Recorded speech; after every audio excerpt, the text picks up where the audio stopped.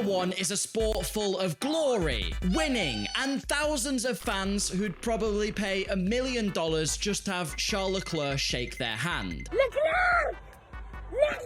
But that's one end of the Formula One spectrum, and it's reserved for the few lucky drivers who get to be at the front. The drivers at the back of the grid have to deal with the car exploding every race, pit stops slower than your nan's stair lift, and their main fans being severe gambling addicts. Or even worse than that, Aiden Ross viewers. So who are the backmarkers of Formula One, and how come they never, ever leave?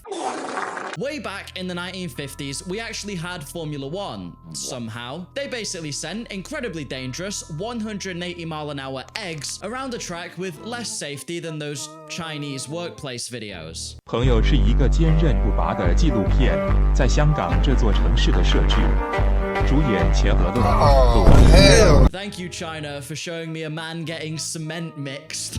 Anyway, back in those days, just about anyone with a racing car could drive in Formula One, because there was only about 5 people in any given country who could actually afford a Formula One car. So it was very commonplace for F1 to travel to a circuit, let's say Belgium in 1952, and just have randomers taking part, like Robin Montgomery Charrington, who drove his Aston Butterworth for 17 laps and then DNF'd. No, that wasn't me making up funny names, that is an actual person driving an actual car. Because back in those days, it really was only a few teams who would compete over the full season. And much of the field, if you actually looked at it, consisted of what we would nowadays consider backmarkers. The term as we use it in the modern era is someone who gets lapped by the lead cars. But again, using the 1952 Belgian Grand Prix as an example, back in the 1950s, most cars would be lapped. Only 3 cars actually finished that said race on the lead lap, which was the 2 Ferraris and the Gordini, which if you hadn't heard of, neither had I, don't worry, it's some French car apparently. Pretty successful, I believe they're still going. But as the teams are mostly relying on building the best engine, that's why it was so commonplace to just lap the entire field. Now obviously this was Formula One in its infancy, as a little baby Formula One. No one yet knew about Nick Cotifi or Lord Maldonado himself.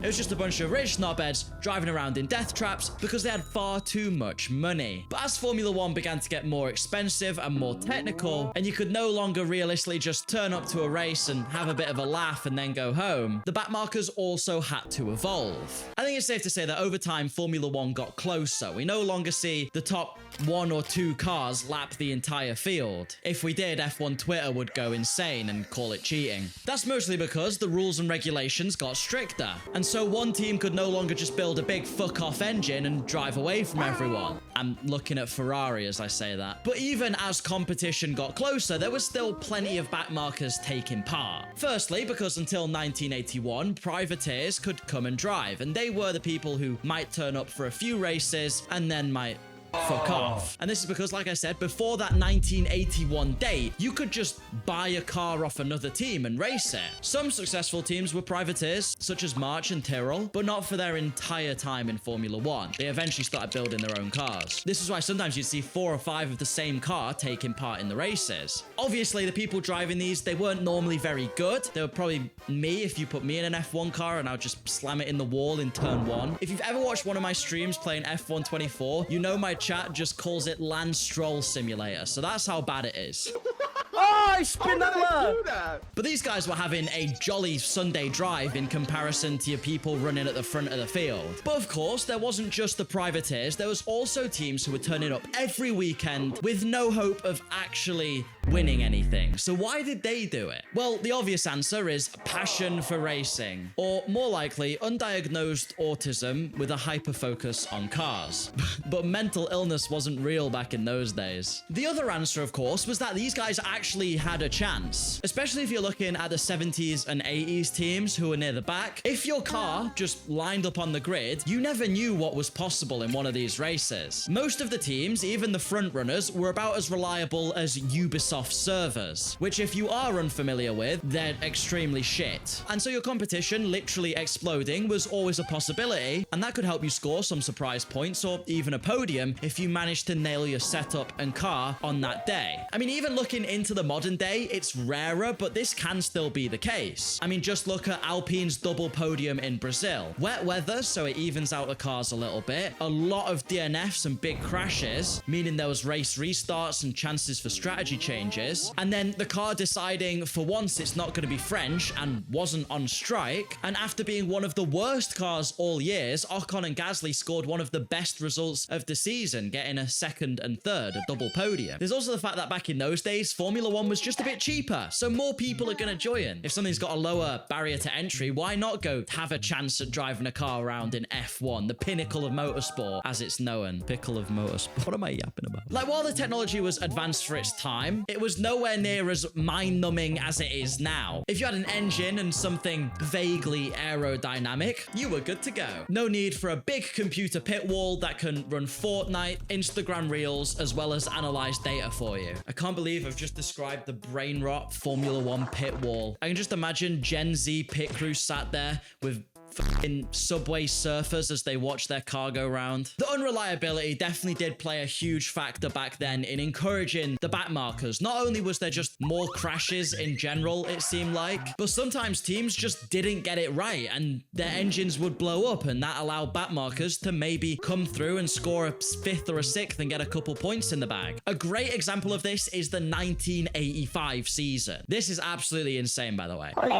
So, 1985, Alan Prost wins the World Championship with McLaren, his first World Championship actually, and his teammate was Niki Lauda, the 1984 World Champion. So, you know, the reigning World Champ going into 1985. Now, in 1985, Niki Lauda finished 10th in the Drivers' World Championship with only 14 points. So as I tell you that, you're probably sat there going, whoa, hang on a minute. Niki had a pretty bad season. Like, he must have been driving pretty rubbish. But no, he just only finished 3 races. Every result he had that year, bar 3, were DNFs. And then one of his finishes was even a win, because this was in one of F1's most unreliable eras. The turbocharged cars seemed to work every other race if they maybe felt like it. So you can imagine how even if you didn't have the best car during this time, you could still manage to scrape together a half-decent result. But as we head towards the modern age, you're going to start to see a bit of a weird phenomenon happen with the backmarker teams. Because despite the chances of them scoring a point being lower than you pressing the subscribe button, which you totally should do, by the way. Oh, I'm sorry, but whilst I'm doing this yapping, I'm going to do a quick other thing.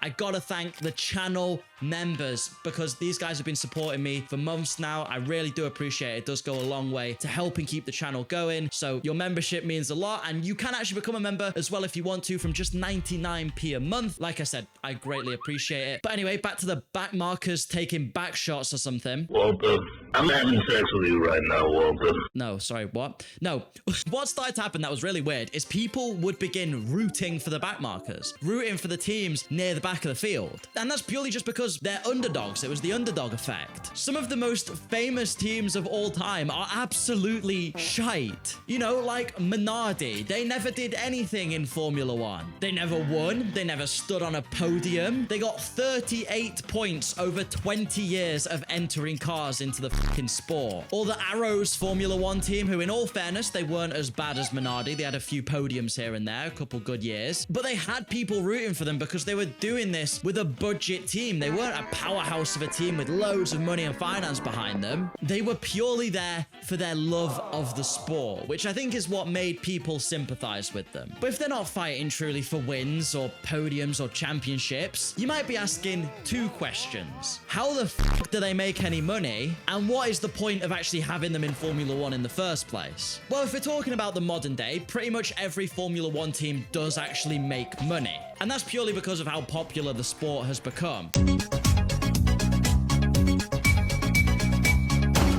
F1 right now is probably at its peak. I mean, that's arguable, but in terms of viewership. But it's also more difficult to become an F1 team than ever before. Oh, manure! With most of the teams on the grid valued at a number near 1 billion. Yeah, billion with a B. So So buying an F1 team at the moment is just an asset that's going to go up and up and up and up. Business, money, business economics type shit, you know? Gonna become a finance YouTuber now. No, don't worry. No Sigma Andrew Tate finance bullshit. Oh my god. Buy my online course. Buy it. Buy online course now. But with one of these slower teams, one of these teams near the back, you can actually be of use to the bigger teams too. Most of the big teams have up and coming F1 talent. So people in their junior categories or people who are on their radar that they maybe want to try in Formula One. You know, they might not be quite ready for the main team yet, but they do also deserve a chance in the sport. For example, back when Charles Leclerc got his first drive in F1 with Sauber, he was put there by Ferrari, who in return obviously helped Sauber to go racing, provided their engines and stuff, but they also likely paid Sauber to house their driver. I don't know exactly because I'm not responsible for the Ferrari contracts. Otherwise, you would not have a lineup of Charles and Lewis Hamilton. You would have me and Goat Alonso driving together, becoming world champion. Lando, we can be world champion, I said. Please, Lando. A man can dream, okay? A man can dream. But that was where Charles was able to prove himself and become the Charles I am stupid Leclerc that we know today. Or even going further back to Minardi, who we've already mentioned, some of the greatest Formula One careers have started at Minardi. Giancarlo Fisichella. Giancarlo, you're still 2 seconds a lap slower than Fernando. This cannot be possible. You've got the same fuel load. I know you've got some understeer, but you cannot be 2 seconds slower. Jarno Trulli, Mark Webber, and even the soon-to-be 3-time world champion Fernando Alonso. Don't comment, copium. I am aware. But they all started at that shitty Italian team that I wouldn't even trust to change a tire.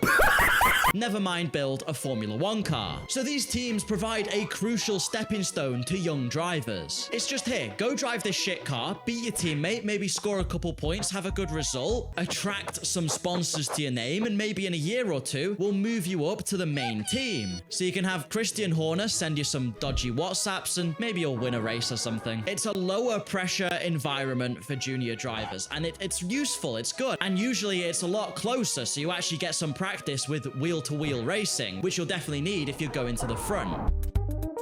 However, no team actually wants to be a backmarker, unless you're the Visa Racing Bulls, Red Bull's second team, because they don't want to be interfering with the Red Bull team, because they are designed to be mid. But apart from them, how do you end up in this situation of being near the back? Well, there is actually one time when F1 accidentally created backmarkers by being stupid. Back in 2009, Bernie Eccleston, the ancient fucker who was in charge of F1 at the time, decided he wanted more money. Oh, $1.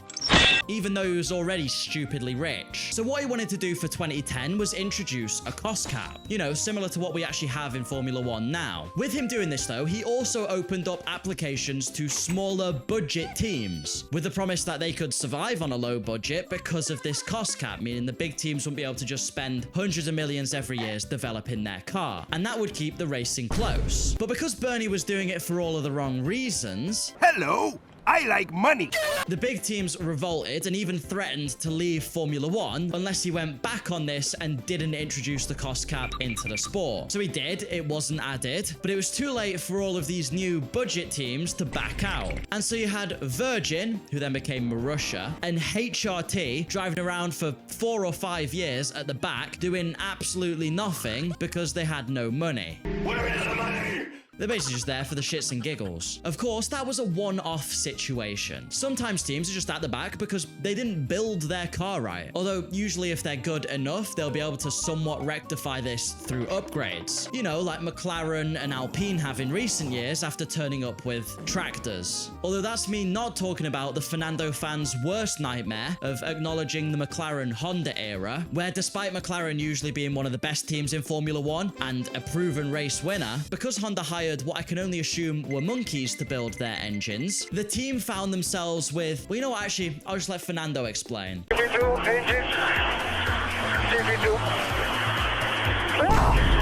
was going much slower than before. I have no brakes, no tires.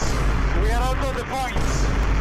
that was a bit of a one-off, but again, it's very embarrassing for a team who's been at the front for so long. Or we could go down the Williams pipeline, which is honestly just painful to look at. I mean, Williams went from being at the sharp end of the field, right? Like race winners, championship winners, and all of the money you could ever want, to then having crashed the Maldonado, been you nearly every weekend, somehow get you one-off win, then get like Lance Stroll be one of your promising talents, and Nick Latifi be responsible for the team not going under because of his dad's food company. And that was all just because the team didn't keep up with the times. They didn't build new facilities. They didn't improve their wind tunnel enough. That's a hard one. When James Vowles, the new team principal, joined Williams, he's basically just a really smart version of those IT guys that work in schools. But when he joined, he said the entirety of Williams logistics for their spare parts, for their upgrades, it was run off a fucking spreadsheet. I mean, a spreadsheet. What were they actually thinking over there?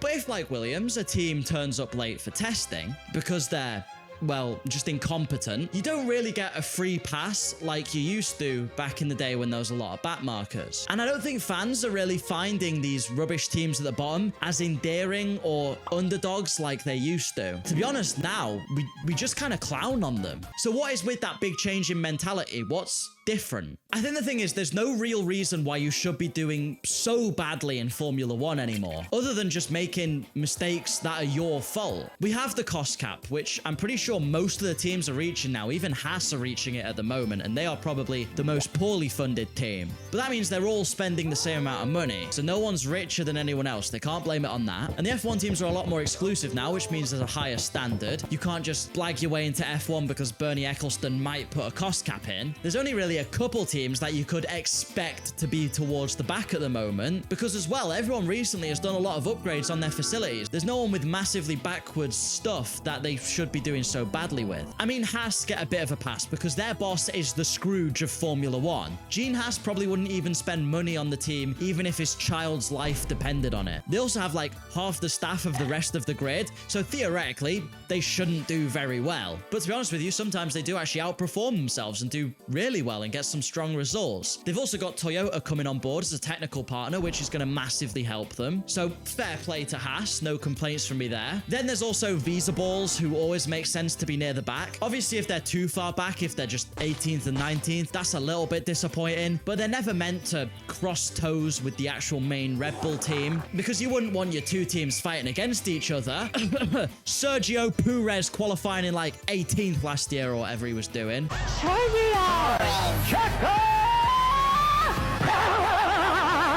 But then there's also Sauber, who don't fit either of those. They've been in F1 for about 1 billion years. Well, since 1993. They've been through many different phases. At one point, they even got a race win as BMW Sauber with Robert Kubica driving, Poland mentioned. The Monaco Grand Prix is just the Polish Grand Prix upside down. Sometimes Sauber are even up near the top of the midfield, like in recent years with Kimi Räikkönen at Alfa Romeo, but other times they are just arse. Bad cars, no big upgrades, terrible pit stops, bad strategy have meant that 99% of fans have forgotten who they even are. In fact, the only reason they're memorable at all is because the livery looks like a fart. I get that they're going to be Audi in 2026, but I don't see why that means they just shouldn't try at the moment. Right now, most of the people who are working at Sauber are people who are going to be going to Audi and making the transfer. That's why they've started doing it so early. So being able to build up a team that's worked together and has some experience scoring points, that's only going to benefit the Audi project, not hold it back. So honestly, with the way they've been performing, it's a bit of a sad note for Sauber to go out on. With that said, looking at these trends, we can probably tell who the future backmarkers are going to be as the 2026 regulations will come in, and there's some reasons as to why this might be. With Williams on the up and coming, and Aston Martin hiring basically the best people they can from every other team, and Alpine finally getting rid of the god-awful French Renault engine, these three recent former backmarkers will likely be somewhere near the midfield heading into 2026 if they get everything right. But the teams who look like like they might suffer could actually be, and this one's a bit of a surprise, but Red Bull and Racing Balls. Because Red Bull are bringing on Ford to help build their engines, and Ford is a new engine manufacturer. There's going to be a learning curve there. Although, I don't think they're going to be terrible, just because Red Bull has so much experience. And then there's also the new teams. So Audi and Cadillac. I mean, being a new team, there's a massive learning curve. Almost as steep as playing Rainbow Six Siege ranked for the first time. You're gonna get shouted at. You're gonna make a lot of mistakes, but it's kind of okay because you're new, unless you C4 your own team. If I had to put my money on it, I'd say Audi would do better than Cadillac, just because they've got that more experience working as Sauber, and that's who they're gonna be bringing over with them. And also, Audi haven't created the most poorly animated promotional video I've ever seen. Seriously, Caddy, what the fuck were you thinking with this? It looks like it's out of Forza Horizon 3. Other than that, though, the future of F1 looks reasonably set for closer racing. Don't get me wrong, someone's going to dominate the new regulations for the first couple years because that's what always happens. But none of the other teams do look like they're going to be in the position of HRT or Minardi or Marussia. Just absolutely crap. Which gives me a bit of hope, because even though we'll never get rid of the backmarker in Formula 1, there's always going to be someone who's last. They're a hell of a lot closer to the front than they ever used to be. If you did enjoy this look at the losers in Formula 1, why don't you consider a little pressy press of the subscribe button? I've also got to say a huge thank you for 150,000 subscribers. I mean, that is just mental. And of course, again, another thanks to my biggest supporters, the channel members. I really do appreciate what you're doing for me, and just a massive thank you. There's going to be way more content on the way, and this helps me to create it. Hope you have a lovely rest of your days, everybody. Have a good one, and goodbye.